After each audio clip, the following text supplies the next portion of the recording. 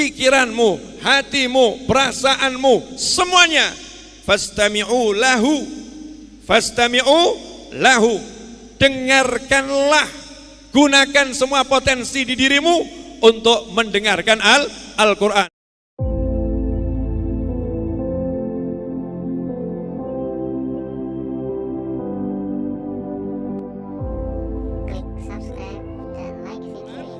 Melanjutkan, temanya bagus, bahwasanya Al-Quran ini kalau ada di suatu tempat, maka Al-Quran ini akan merubah tempat itu. Al-Quran kalau ada di suatu tempat, maka tempat itu akan dirubah oleh Al-Quran. Kalau Allah Ta'ala tadi yang dibacakan di awal, lau anzalna hadzal qur'ana ala jabalin la ra'aitahu khashi'an mutasaddian min khasyatillah. Seandainya kami turunkan Al-Quran ini kepada gunung, la ra'aitahu, pakai lam taukid, pasti sungguh engkau wahai Nabi Muhammad SAW akan melihat Al-Quran itu khasyi'an mutasaddian min khasyatillah, khusyuk, hancur karena takut pada Allah Ta'ala. Ahli tafsir punya beberapa pemahaman tentang ayat ini. Ada yang mengatakan seandainya Al-Quran itu diberi perasaan seperti manusia, menurut ahli tafsir yang menganggap gunung itu tidak punya perasaan, seandainya gunung diberi perasaan seperti manusia, maka gunung itu akan menjadi lembut, menjadi lumer, menjadi hancur karena mendengarkan bacaan Al-Quran. Turun Al-Quran pada gunung, dibacakan Al-Quran pada gunung. Kalau gunung itu punya akal, kalau gunung itu punya perasaan, gunungnya akan menjadi khusyuk, tunduk, lembut, hancur.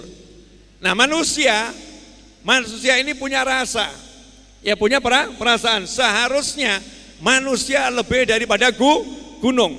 Tapi kenapa ketika kita mendengarkan Al-Quran kita tidak menjadi lembut? Kenapa ketika kita mendengarkan Al-Quran kita tidak menjadi khusyuk? Kenapa ketika mendengarkan Al-Quran hati kita tidak menjadi hancur? Karena syaratnya tidak dipenuhi. Wa idza quri'al Qur'anu fastami'u lahu wa ansitu la'allakum turhamun. Jika dibacakan Al-Quran, fastami'u lahu, istima'. Jadi bukan sekedar sama, bukan sekedar mendengar, tapi istima'. Istima' itu menurut ahli bahasa lebih daripada sami'a yasma'u sam'an, mendengar. Kalau yastami' itu mendengar. Jadi misal saya duduk di sana mendengar Bapak Bupati berbicara, mendengar. Tapi kalau saya duduk di sana saya mendengar Bapak Bupati berbicara. Artinya saya menggerakkan seluruh tubuh saya untuk mendengarkan. Mendengar dengan sekujur tubuh. Pikiran saya ikut mendengar, mata saya ikut mendengar, tubuh saya ikut mendengar. Semuanya saya ajak untuk mendengarkan. Kalau dibacakan Al-Quran, wa idza quri'al Qur'anu fastami'u, hendaknya kamu tinggalkan semua urusanmu. Kamu palingkan matamu dari yang kamu kerjakan saat ini. Kamu palingkan pendengaranmu dari apapun. Cerahkan semuanya untuk Al-Quran yang dibacakan kepadamu. Pikiranmu, hatimu, perasaanmu, semuanya. Fastami'u lahu, fastami'u lahu, dengarkanlah, gunakan semua potensi di dirimu untuk mendengarkan Al-Quran. Wa ansitu, kemudian diam, betul-betul diam, hatinya diam. Kadang ada orang telinganya mendengarkan tapi pikirannya enggak mau diam, hatinya enggak mau diam, pikirannya bicara menerawang kemana-mana, hatinya menerawang kemana-mana. Tetapi kalau dia benar-benar diam, zahiran wa batinan, untuk Al-Quran, la'allakum turhamun, pasti kalian diberi rahmat oleh Allah Ta'ala, pasti diberi rahmat. Maka orang yang dengar Al-Quran dengan benar, otomatis hatinya akan lembut. Gak mungkin enggak. Pernah diceritakan di masa saya belajar dulu, masih waktu saya SMA, itu saya pernah mendengar cerita dulu ya, di Amerika ada seorang Yahudi. seorang Yahudi yang gak iman sama Allah Ta'ala. Karena Yahudi itu ada Yahudi yang iman, ada Yahudi yang gak iman. Ini Yahudinya gak iman, Yahudi yang tidak beriman pada Allah Ta'ala. Yahudi ini punya penyakit psikis. Dia datang ke psikiater, berobat, gak sembuh-sembuh, susah tidur, ketakutan. Dia mengkonsumsi obat-obatan, gak sembuh-sembuh. Setelah dia mau putus asa, dia ingat, katanya umat Islam itu punya Al-Quran, dan Al-Qurannya adalah obat. Al-Qurannya adalah obat. Maka dia pergi ke toko yang menjual Al-Quran 30 juz dalam bentuk kaset. Belum ada MP3, masih kaset. Beli 30 juz dalam bentuk kaset, dibawa pulang ke rumah. Tiap malam mau tidur dia dengarkan satu kaset. Tiap malam mau tidur dia dengarkan satu kaset. Betul-betul pengen mendengarkan. Hasilnya gak sampai 1 bulan sembuh dari penyakitnya.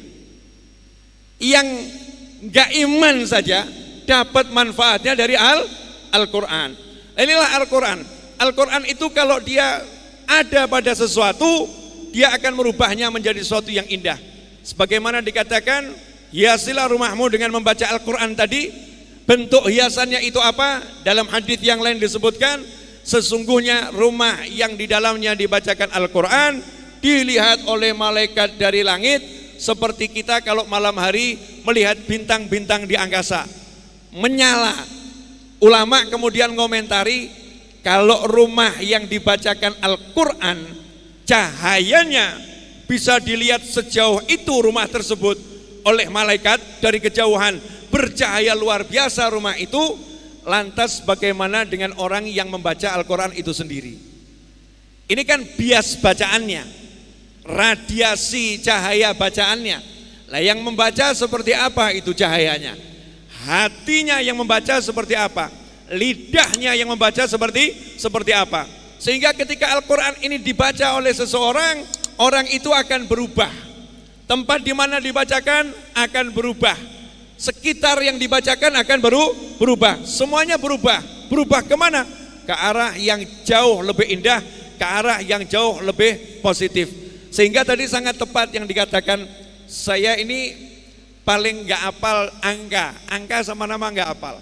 Tapi tadi saya insya Allah hafal satu angka, bahwasannya guru TPQ yang ada di Al-Quran kalau gak salah ada 8.000 guru tadi. Betul ya? 8.000 guru. Dengan jumlah santrinya 100.000 lebih tadi. 140.000 sekian. Santrinya 140.000 lebih. Saya ini belum ketemu. Saya belum ketemu di tempat lain. Wallahualam, mudah-mudahan di tempat lain juga melakukan hal yang sama. Yang punya perhatian kepada Al-Quran secara sistematis. Secara sistematis. Jadi bupati, wakil bupati, seluruh jajarannya menggerakkan masyarakat untuk membuat TPQ, mencatat TPQ, mencatat gurunya dan mengapresiasi. Buktinya tadi dikasih hadiah itu. Ya dikasih hadiah. Diapresiasi. Hasilnya barokah. Seperti dikatakan Bapak Bupati tadi, pemirsa dimanapun Anda berada, beliau mengakui yang namanya tanah atau lahan pertanian itu setiap tahun bukannya nambah, setiap tahun berkurang. Karena ada yang lahannya nggak dikerjakan lagi, lahannya ada tapi nggak dikerjakan. Ada yang beralih fungsi. Belum lama kan Tuban masuk berita nasional, ya, karena ada wilayahnya yang di situ ada sumber minyak beralih fungsi. Tapi subhanallah, tanahnya berkurang, panennya surplus. Tanahnya berkurang, panennya surplus. Dicari sama Pak Bupati, apa nih sebabnya? Apa petaninya hebat? Apa bupatinya hebat? Apa pegawai-pegawai di kantor bupatinya hebat? Dicari, beliau mengatakan dengan kerendahan hati, yang hebat adalah Al-Qur'annya. Yang hebat adalah Al-Qur'annya. Di mana di desa-desa anak-anak kecil itu belajar Al-Quran. Sampai sekarang dinaikkan, ditingkatkan. Udah dibuat undang-undangnya untuk Tuban ya perda. Perdanya Tuban, syarat masuk SMP harus punya ijazah TPQ. Betul begitu. Kalau saya nggak salah dengar. Kalau masuk SMP harus punya ijazah TPQ. Ketika saya mendengar semua itu, cita-cita lama saya muncul lagi. Mudah-mudahan nanti Pak Yai Huda dan semua jajarannya bisa menyampaikan ini ke pusat. Ya, ke pusat. Apa itu? Saya itu sedih kalau membaca terjemahan Al-Quran. Terjemahan Al-Quran yang ada sekarang ini terjemahan yang masih menggunakan bahasa lama, bahasa Indonesia yang lama, yang di masa itu. Di masa itu terjemahannya ya indahnya luar biasa. Tapi di zaman sekarang bahasa Indonesia itu mengalami perkembangan. Dan anak-anak kita ini berkembang dalam bahasa lebih cepat dari bahasa itu sendiri. Saya melihat anak muda membaca buku Harry Potter itu sehari setebal ini selesai khatam. Baca komik gak mau lepas, selesai cari lanjutannya. Anak-anak kecil baca yang namanya buku bergambar cerita-cerita itu yang dijual di toko-toko buku berseri, serinya sampai 10, ditanya itu yang 11 ada enggak, yang 12 ada enggak, cepet pengen tahu. Tapi kok terjemahan Al-Quran saya belum dengar ya. Anak-anak mengatakan, alhamdulillah saya udah khatam baca terjemahan Al-Quran. Jangankan kok anak-anak, bapak-bapaknya juga belum. Kita ini belum khatam baca terjemahan Al-Quran. Sehingga kita udah baca Al-Qurannya alhamdulillah, tetapi naik ke pemahamannya belum, mengerti isinya belum. Padahal di negara kita ini penuh dengan ahli Quran, penuh dengan ahli bahasa, banyak sastrawan, banyak pakar. Tapi kenapa kita belum mengumpulkan jadi satu, kemudian membuat terjemahan Al-Quran yang sudah direvisi sesuai dengan zaman ini, terjemahan ya, berdasarkan tafsir-tafsir yang ada dengan bahasa Indonesia yang mudah dipahami dan indahnya luar biasa. Saya akan ambilkan contoh.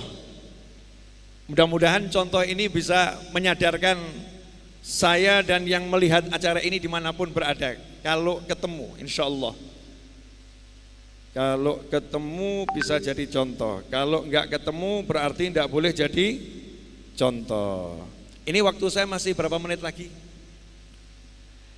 Karena saya kalau ngomong lupa waktu. Kata paman saya, Novel itu kalau lagi kurang sehat kasih mic, insya Allah sembuh. Karena saya doyan ceramah ya. Bismillah.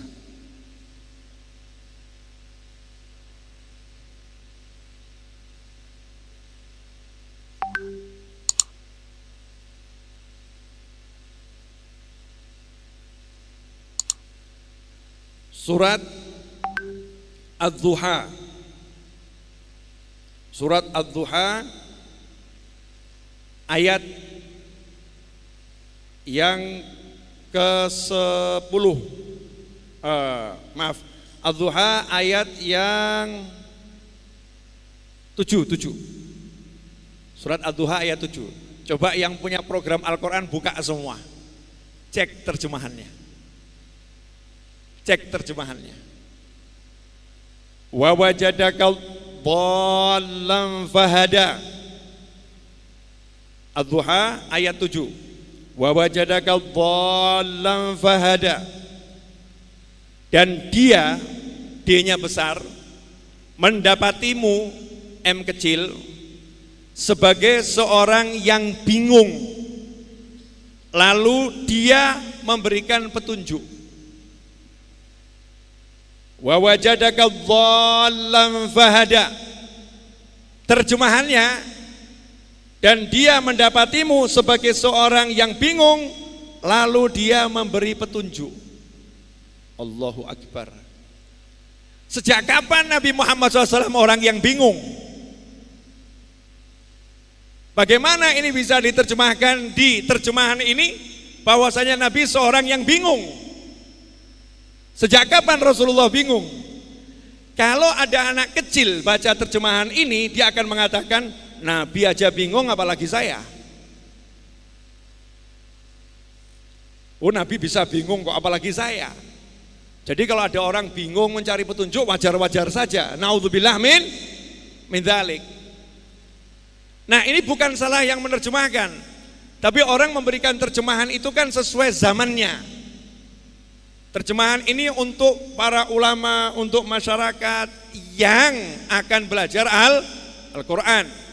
Tentunya nanti akan tanya lagi, maksudnya bingung apa. Sementara kalau kita baca di tafsir, kalau kita mau menerjemahkan sesuatu, kita harus merujuk ke banyak tafsir. Di tafsir di situ dikatakan wa wajadaka, dan Allah mendapati engkau fi qaumin, di kaum dhalan, yang kaumnya itu tersesat. Fahada, dan Allah memberikan hidayah kepada kaum itu lewat petunjukmu. Allah memberikan hidayah kepada orang-orang yang di Mekah yang sesat, yang bingung lewat engkau wahai Nabi Muhammad SAW. Itu yang pertama. Yang kedua, ahli tafsir mengatakan wa wajadaka dhalan, suatu ketika Nabi Muhammad SAW pernah diboncengkan oleh pamannya yaitu Abu Lahab. Kemudian Abu Lahab tersesat, gak bisa jalan pulang ke Mekah. Fahada, maka Allah memberikan petunjuk kepada Abu Lahab jalan pulang ke Mekah lewat engkau wahai Nabi Muhammad SAW. Jadi kalau dibaca begini, terjemahannya bedanya besar atau kecil? Sangat besar. Dan ini akan kita temukan banyak di dalam terjemahan. Kita temukan banyak. Nah, ini insya Allah nanti kalau teman-teman di sini yang punya kenalan-kenalan, orang-orang yang semangat, ya orang-orang yang bersemangat, pemirsa dimanapun Anda berada, kalau punya kenalan orang-orang yang semangat untuk kemudian merumuskan terjemahan Al-Quran ini menjadi terjemahan yang lebih pas untuk zaman sekarang, maka akan jauh lebih nikmat untuk kita membaca terjemahannya dimanapun berada. Sehingga kalau ada non-muslim membuka terjemahan Al-Quran, dia tidak akan bingung, kok terjemahannya seperti ini ya, maksudnya apa ya. Mau belajar Al-Quran tentu kalau non-muslim ya lihat Al-Qurannya, lihat terjemahannya. Tapi lihat terjemahannya kita saja masih nanya, apalagi orang lain. Nah, inilah PR untuk kita semua agar kita bersemangat untuk cari ilmu dan mengajarkan ilmu kepada yang lain.